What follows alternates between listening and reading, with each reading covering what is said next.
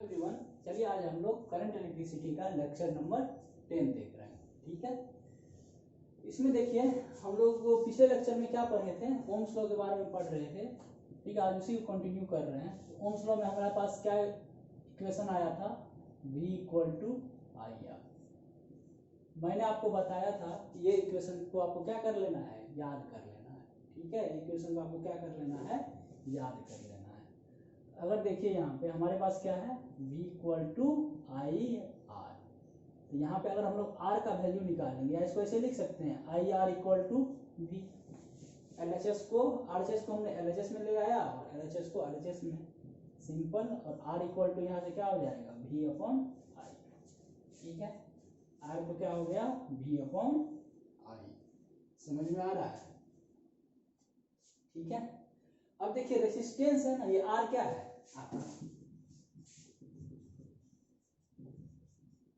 R क्या हो गया, रेसिस्टेंस हो गया। ठीक है, R क्या हो गया, रेसिस्टेंस हो गया। ठीक है, अब देखिए SI यूनिट R का देख लेते हैं। SI यूनिट ऑफ R देख लेते हैं। तो SI यूनिट ऑफ R क्या हो जाएगा, R का फॉर्मूला देखिए क्या होता है, V/I। तो SI यूनिट ऑफ R हो जाएगा SI यूनिट ऑफ V। यहाँ इसका SI यूनिट पुट कर दीजिए फॉर्मूला में, V/I है। तो SI यूनिट ऑफ R निकालना है, तो ऊपर में SI यूनिट ऑफ V हो जाएगा, V का V/R है, V/I है फॉर्मूला। तो SI यूनिट ऑफ R क्या हो जाएगा, SI unit of V/SI unit of I। क्यों? क्योंकि R = V/I होता है। SI unit of V/SI unit of I। ठीक है, अब बताइए SI यूनिट ऑफ R क्या हो जाएगा। SI यूनिट ऑफ V क्या होता है, वोल्ट होता है। ठीक है, और SI यूनिट ऑफ I क्या होता है, करंट। करंट का SI यूनिट क्या होता है, एम्पियर होता है। वोल्ट को हम लोग शॉर्ट में V से लिखते हैं और एम्पियर को हम लोग शॉर्ट में A से लिखते हैं। समझ में आ रहा है? तो R का SI यूनिट क्या आ गया, वोल्ट पर एम्पियर। ठीक है, V वोल्ट पर एम्पियर, एम्पियर मतलब V/A। इसको ऐसे भी लिख सकते हैं, VA। ठीक है, यही वोल्ट पर एम्पियर को हम लोग क्या बोलते हैं, ओम बोलते हैं। SI यूनिट ऑफ R क्या हो गया, वोल्ट पर एम्पियर को हम लोग क्या बोलते हैं, ओम बोलते हैं, इसको ओम। और इसका सिंबल क्या होता है, ये। इसका सिंबल क्या होता है, ओम का। मैं फिर से लिख दे रहा हूँ, ऐसे आधा चांद की तरह। ठीक है, तो यहाँ से आपको समझ में आ गया। SI यूनिट ऑफ, अगर कोई पूछे कि रेसिस्टेंस, या R क्या हो गया, रेसिस्टेंस है। R क्या है यहाँ पे, रेसिस्टेंस है। तो अगर कोई पूछे कि रेसिस्टेंस का SI यूनिट क्या होता है, तो क्या बोलना है, ओम होता है। क्या होता है, ओम। ठीक है, और कोई पूछे कि वोल्ट पर एम्पियर क्या होता है, तो ये भी ओम होता है। ये आपको याद रखना है। कभी कभी आपको क्वेश्चन में ऐसे पूछ देगा कि वोल्ट पर एम्पियर क्या होता है, ओम होता है, या वोल्ट एम्पियर इनवर्स क्या हो जाएगा, ओम। ये चीज को आपको याद रहना चाहिए। कभी कभी क्वेश्चन ऐसे भी पूछ देगा कि वोल्ट पर एम्पियर क्या होता है, तो आपको बताना है ओम होता है। ठीक है, समझ में आ गया। अब देखिए एम्पियर भी क्या होता है, यहाँ से अगर यूनिट को ही देखें, समझ में आ रहा है। अगर हम लोग यूनिट को ही देखें तो यहाँ से क्या समझ में आया, वोल्ट पर एम्पियर क्या होता है, ओम होता है। एम्पियर आपको पता है, एम्पियर किसका यूनिट होता है, एम्पियर किसका ऐसा यूनिट होता है, करंट का। तो एम्पियर कहाँ से आता है, कूलम पर सेकेंड। ठीक है, एम्पियर क्या होता है, कूलम पर सेकेंड को ही तो एम्पियर बोलते हैं। तो कूलम पर सेकेंड, ये क्या हो गया, ओम हो गया। तो अब देखिए ये सेकेंड यहाँ ऊपर में चला जाएगा, तो वोल्ट सेकेंड पर कूलम क्या हो जाएगा, ओम हो जाएगा। ये भी आ गया, वोल्ट सेकेंड पर कूलम क्या हो गया, ओम हो गया। इसको ऐसे भी लिख सकते हैं, ये क्या हो गया, ओम हो गया। समझ में आ गया, वोल्ट सेकेंड कूलम के पावर क्या हो जाएगा, -1 हो जाएगा। समझ में? इसका ऐसा यूनिट ओम काहे बोलते हैं। देखिए R कहाँ से आया है, आर का वैल्यू, आर जो आया है वी अपॉन आई, कहाँ से आया है? ओम्स लॉ से ही तो आया है। इसीलिए ओम्स को रिस्पेक्ट देने के लिए, ओम्स एक साइंटिस्ट थे, फिजिसिस्ट थे, उसको रिस्पेक्ट देने के लिए रेसिस्टेंस का असाइनमेंट का क्या नाम दे दिया गया? ओम दे दिया गया। समझ में आ गया? ओम दे दिया गया। ठीक है, ये आपको समझ में आ गया होगा, इसमें आपको कोई दिक्कत नहीं होनी चाहिए, बहुत सिंपल है। ठीक है, अब चलिए हम लोग आगे देखते हैं। तो मैं इसको मिटा रहा हूँ,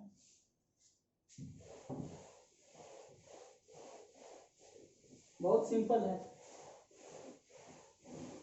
और मैं इसको मिटा रहा हूँ और हम आगे देखते हैं।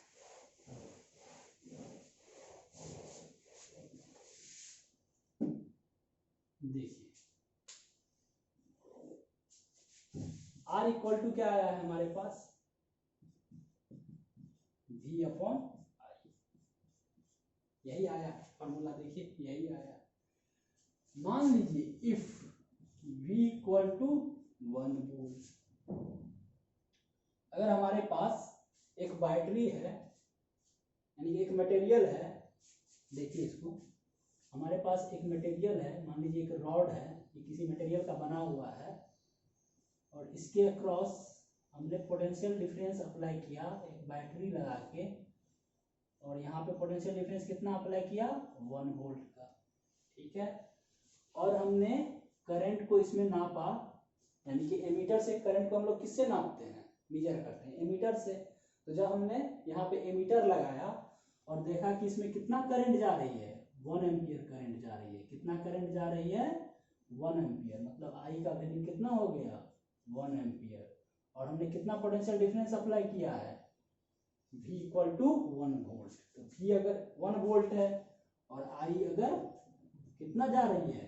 1 एम्पियर जा रही है, तो आपको बताना है कि इसमें कितना रेसिस्टेंस होगा, यानी कि इस रॉड में, इस मटेरियल में कितना रेसिस्टेंस होगा।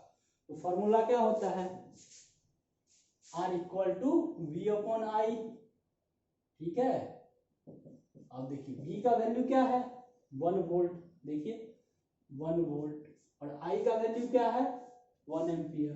1 एम्पियर, 1 1 कट गया, तो क्या आ गया? 1 वोल्ट पर एम्पियर। अब वोल्ट पर एम्पियर क्या होता है? अभी जस्ट बताया था, क्या होता है? ओम होता है। ओम को कैसे दिखाते हैं? ऐसे दिखाते हैं। इस रॉड में कितना रेसिस्टेंस होगा? 1 ओम रेसिस्टेंस होगा। यही ना आ गया वैल्यू, आर का वैल्यू कितना आ गया? 1 ओम। इस रॉड में कितना रेसिस्टेंस होगा? 1 ओम का रेसिस्टेंस होगा। अगर 1 ओम का अगर कोई डिफिनीशन पूछे, अगर 1 ओम का अगर कोई डिफिनीशन पूछे तो कैसे बताना है वो मैं आपको बता दे रहा हूँ। तो 1 ओम यहाँ पे देखिए कैसे आया।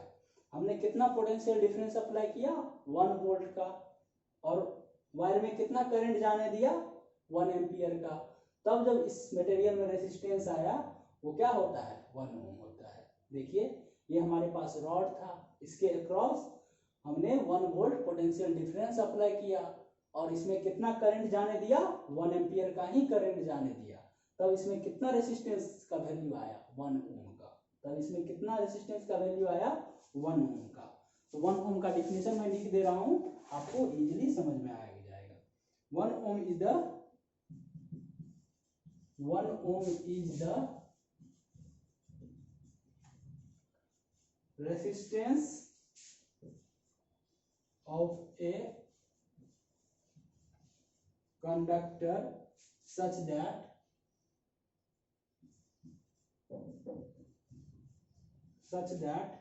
when a potential difference of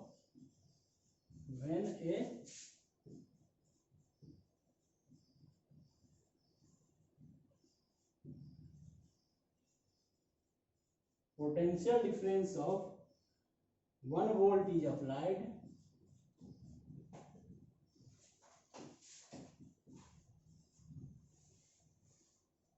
applied to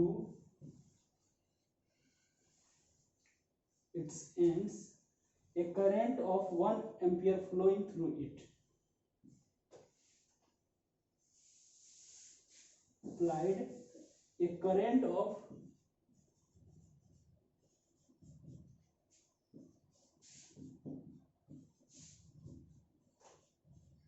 1 1 ampere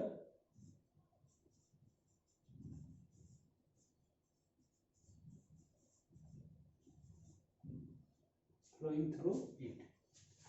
देखिए 1 ओम का डिफिनीशन क्या है। 1 ओम कैसे आता है, किसी भी मटेरियल का रेसिस्टेंस 1 ओम कब होता है, जब उसके क्रॉस अगर हम लोग 1 वोल्ट का पोटेंशियल डिफरेंस अप्लाई करें और उसमें कितना करंट जाए, 1 एम्पियर का करंट जाए। ठीक है, ये स्टैंडर्ड डिफिनीशन है। ऐसा नहीं है कि ऐसा करके ही मटेरियल के पास 1 ओम का रेसिस्टेंस होगा। बहुत ऐसे तरीके हैं जिससे मटेरियल का रेसिस्टेंस क्या हो सकता है, 1 ओम हो सकता है। लेकिन हम लोग यहाँ पे जो अगर कोई डिफिनेशन पूछता है तो इस तरीका से बताते हैं कि अगर पोटेंशियल डिफरेंस कितना अप्लाई किए 1 वोल्ट और उसमें कितना करंट फ्लो हुआ 1 एम्पियर का, तब इसमें जो रेसिस्टेंस होगा उसको क्या बोलेंगे, 1 ओम। डिफिनेशन के लिए है, ताकि अगर आपके एग्जाम में, बोर्ड एग्जाम में पूछे तो आपको यही डिफिनेशन लिखना है कि 1 ohm is the resistance of a conductor, इस कंडक्टर का resistance, such that when a potential difference of 1 volt is applied, 1 volt is applied to its ends, its end के बीच में कितना पोटेंशियल डिफरेंस अप्लाई कराया 1 volt का to its ends a current 1 ampere, और इसमें कितना करंट फ्लो हुआ 1 ampere current flowing through it. समझ में आ गई बात, बहुत सिंपल है, ये आपको बस याद कर लेना है। इसको क्या कर लेना है, याद कर लेना है, क्योंकि ये आपके बोर्ड के एग्जाम में पूछ सकता है। ठीक है, तो डिफिनेशन पूछेगा तो आपको यही आराम से लिख देना है, बस याद कर लेना। समझ में आ तो आपको आ ही गया होगा, बहुत सिंपल है। चलिए हम लोग आगे देखते हैं। ठीक है, और इस पे कुछ क्वेश्चंस कर लेते हैं, ओम्स लॉ पे कुछ क्वेश्चंस करते हैं। ठीक है, ताकि आपको और अच्छे से समझ में आ जाए। तो मैं इसको मिटा दे रहा हूँ और ओम्स लॉ पे कुछ क्वेश्चंस कर लेते हैं।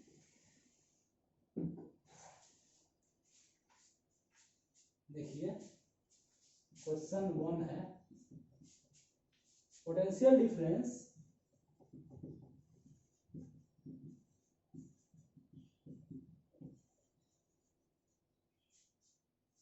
between 2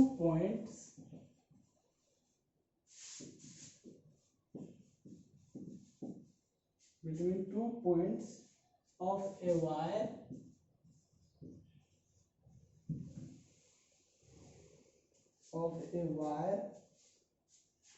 carrying 2 ampere current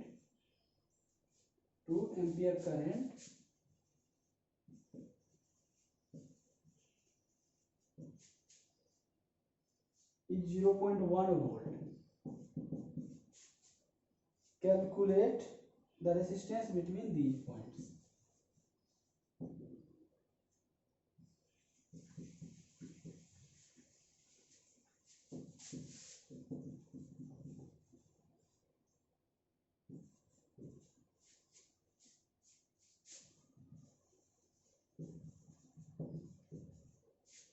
These points. चलिए सॉल्यूशन देख लेते हैं। देखिए potential difference between 2 points of a wire carrying 2 ampere current it 0.1 volt. Calculate the resistance between these 2 points। देखिए एक वायर है, ये क्या है, एक वायर है, इसके अक्रॉस हमने कितना पोटेंशियल डिफरेंस अप्लाई किया 0.1 वोल्ट का, और इसमें कितना करंट जा रही है,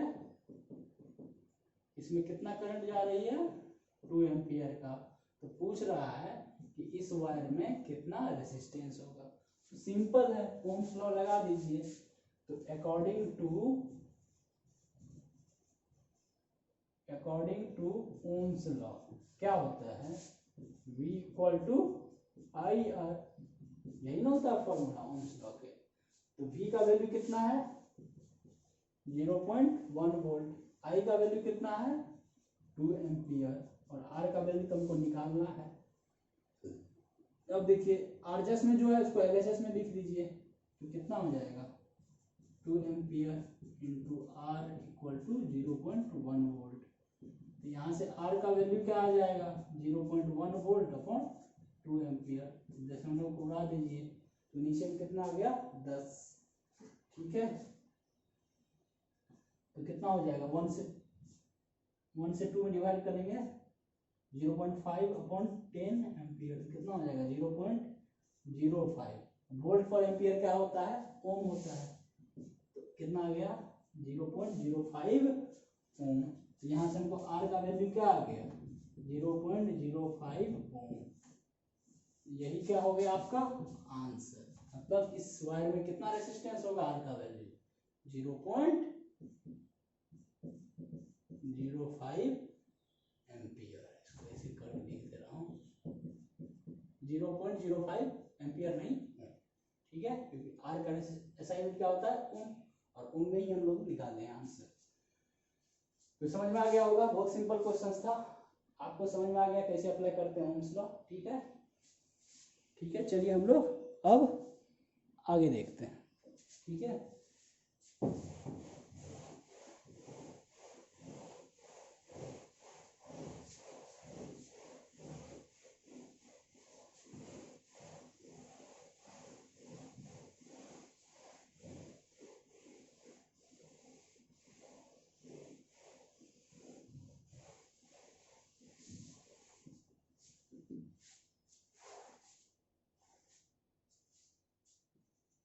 एक और क्वेश्चन है।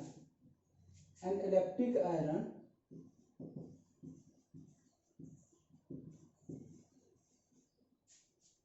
draws a current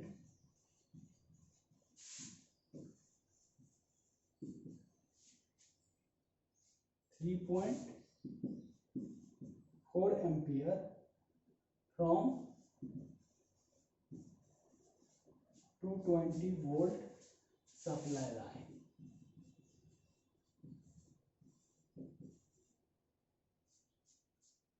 What current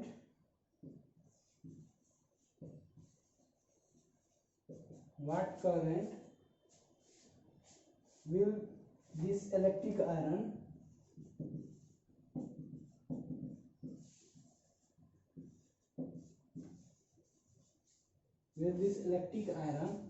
draws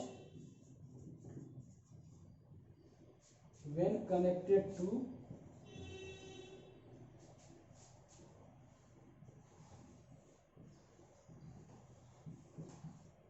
when connected to 110 volt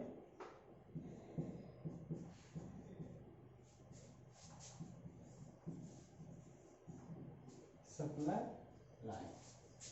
चलिए इसका सॉल्यूशन देखते हैं। देखिए एक इलेक्ट्रिक आयरन है, आप लोग अपने घर में आयरन देखते होंगे जिससे हम लोग कपड़ा प्रेस करते हैं। वो कितना करंट लेता है 3.4 एम्पियर करंट लेता है। तो जनरली इलेक्ट्रिक आयरन क्या है, एक डिवाइस है, इलेक्ट्रिकल डिवाइस है। ठीक है, उसके पास रेसिस्टेंस होता है। ठीक है, उसके पास क्या होता है, रेसिस्टेंस होता है। तो जब उसमें करंट फ्लो होती है इलेक्ट्रिक आयरन में, तो रेसिस्टेंस से क्या होता है, हीट निकलता है, और वो हीट से क्या होता है, जो आयरन जो होता है ना, जो नीचे का सरफेस रहता है वो गर्म हो जाता है, हीट हो जाता है, और उससे हम लोग क्या कर लेते हैं, अपना कपड़ा प्रेस कर लेते हैं। तो देखिए हमारे पास क्या है, एक इलेक्ट्रिक आयरन है, ये क्या है, इलेक्ट्रिक आयरन है। ठीक है, इसके पास क्या होगा, रेसिस्टेंस होगा। ठीक है, इसको हमने क्या किया, पहले 220 वोल्ट सप्लाई लाइन से इसको कनेक्ट किया। मतलब एक पोटेंशियल डिफरेंस इसके अक्रॉस कितना लगाया, 220 वोल्ट का, यानी इतना पोटेंशियल डिफरेंस इलेक्ट्रिक आयरन के अक्रॉस अप्लाई किया। ठीक है, तो इसमें कितना करंट लेने लगा, ये इलेक्ट्रिक आयरन करंट लेगा कितना 3.4 एम्पियर का, इसलिए इलेक्ट्रिक आयरन करंट लिया। ठीक है,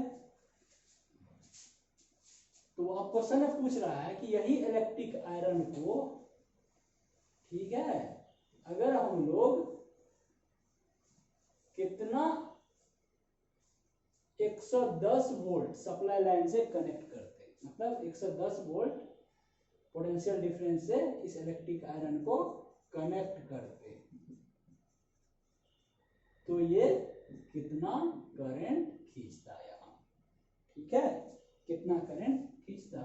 तो सिंपल देखिए यहाँ पे ओम्स लॉ लगा दीजिए, ठीक है।